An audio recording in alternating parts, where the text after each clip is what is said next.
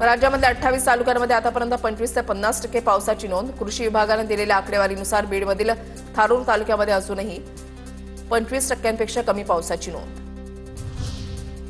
20 जुलैनंतर महाराष्ट्रामध्ये पाऊस पुन्हा सक्रिय होणार। पुढील 5 दिवसांमध्ये विदर्भात पावसाची शक्यता, तर मराठवाड्यासह सोलापूर, अहिल्यानगर, जळगाव, धुळे जिल्ह्यामध्ये चांगल्या पावसाची प्रतीक्षा। रायगड जिल्ह्यामध्ये पावसानं विश्रांती घेतल्यानं अंबा नदीच्या पाणी पातळीमध्ये घट। नागोठणे शहरामधील पूरस्थिती ओसरली। पावसाळ्यामध्ये मुंबई गोवा महामार्गाची चाळण। रायगड जिल्ह्यामधल्या नागोठणेजवळ खड्ड्यामध्ये वाहनं अडकली। वाहन चालकांना मनस्ताप। सततच्या पावसामुळे रत्नागिरीमधील खोर निमको धबधब्याला रौद्ररूप। धरणाच्या मानवनिर्मित सांडव्यातून मोठ्या प्रमाणात पाण्याचा विसर्ग सुरू।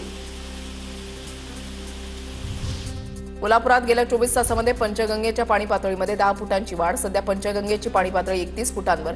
जिल्ह्यातील 37 बंधारे पुन्हा पाण्याखाली।